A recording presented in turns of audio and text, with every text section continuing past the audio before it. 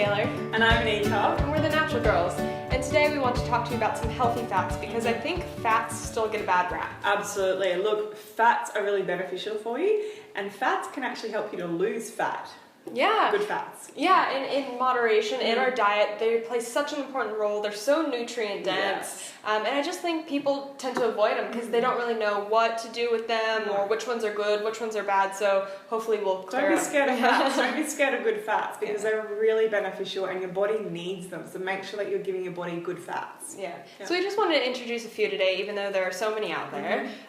But starting with avocado, which is so delicious. I love avocados. It's so beautiful, this beautiful avocado, and it makes me so sad when I buy a $4 avocado and I cut it up and it's like brown on the So inside. depressing. I was cutting this avocado and I was cutting it and I'm like, please, please, please. Yes! It's a good avocado. So this is a beautiful model avocado. But avocado is so fantastic. It is full of oleic acid.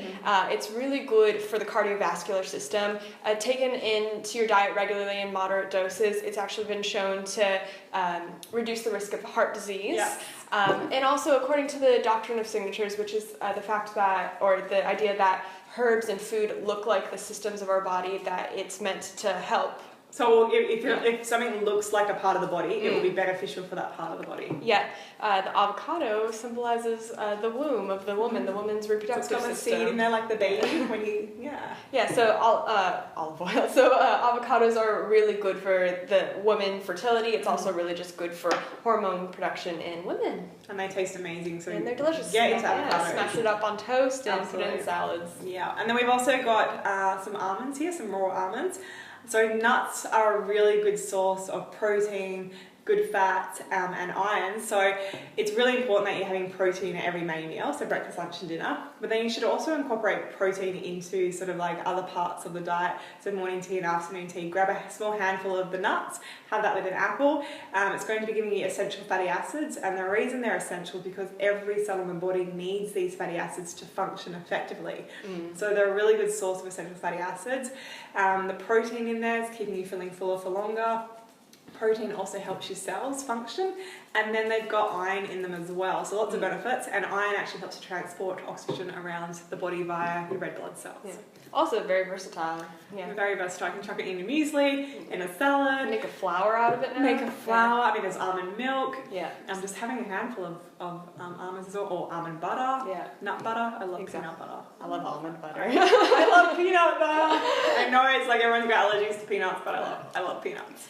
So another one we have today are some chia seeds, and I'm actually a really big fan of chia seeds right now. Also, again, versatile in the sense that you could do savory things with it, sweet things with it. I've made it with muffins, Like chia seed pudding. oh, Yeah. yum. I posted a recipe on Instagram called Chia Fresca, and the reason I posted that was because I've been doing a lot of reading on they use it because it's a slow release of energy in terms of marathon running. So there's a tribe in Mexico, if you've ever read the book Born to Run, it's really good. And they mix it up with just some water, lime, and some kind of sweetener like honey, and you mix it all up, and it's a slow release of energy. It's amazing. It keeps you full for long, and it's also a really good source of fiber, so it's good for bowel motions and good for the digestive system. So the recipe's on our Instagram, check it out. Taylor put it up there. We've also got some coconut oil. I love using coconut oil. Coconut oil is actually saturated fat, and I know what you're thinking, saturated fats are bad, and they are if they're animal saturated fat, but if they come from a plant, such as the coconut oil, so plant-based saturated fat, it's beneficial to the body. Very beneficial. Very beneficial. Very beneficial.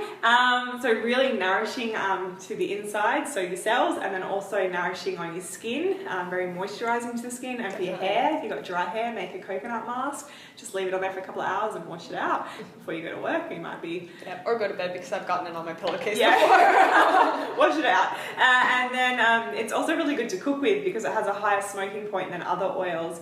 It's really good for your metabolism. Coconut oil boosts up metabolism, and it can actually boost and strengthen the immune system as well. And it's antimicrobial, antifungal. There's so many good. So many, but we could sit here and we will. Sit here one day soon and just talk about coconuts because we are loco for cocoa. We are definitely loco for cocoa. We are loco for cocoa. But just touching on the smoke point, a lot of people tend to cook with olive oil as well because olive oil, which we don't have here at the moment, but it's an amazing oil. Lots of really I good benefits love to it. oil. Big thing in the Mediterranean diet. It's just a staple in a lot of traditional diets, but it has a lower smoke point than coconut oil. So when you heat that up, it's creating free radicals instead of... So it's oxidizing. Yeah, so it's kind of doing the opposite of what we want to do. So if you're making roast vegetables, either use a different oil or maybe no oil, and then when you take it out, drizzle it on if you like the taste of olive oil. And then you're getting the health benefits of the olive oil, but you're not actually going to be oxidizing it, so you're not getting those free radicals. So yeah, try not to cook with olive oil. Yeah. Go for things like coconut oil. Yes, definitely. And then we've also got fish oil as well, as everyone probably knows that fish oil is really beneficial. It's really rich in omega-3s, and it's got DHA and EPA in there. So DHA is really good for your brain, memory, concentration, and EPA is anti-inflammatory. It's really good for things like arthritis or any sort of inflammation in the body. You can have your fish oil capsules, or you can just increase the fish intake in your diet to 2-3 times a week. Definitely. That's kind of everything, guys. Make sure that you're eating good fats on a daily basis. Yes. And then try to avoid those nasty fats, such as trans fats, animal saturated fats, canola oil. Stay away from canola oil. Yeah. Yeah, stick to these. Stick to basically the ones we've covered today. Stick to those. And the good fats. Yeah, and a few others. So we hope you have a happy, healthy day, and we'll see you next time. Bye.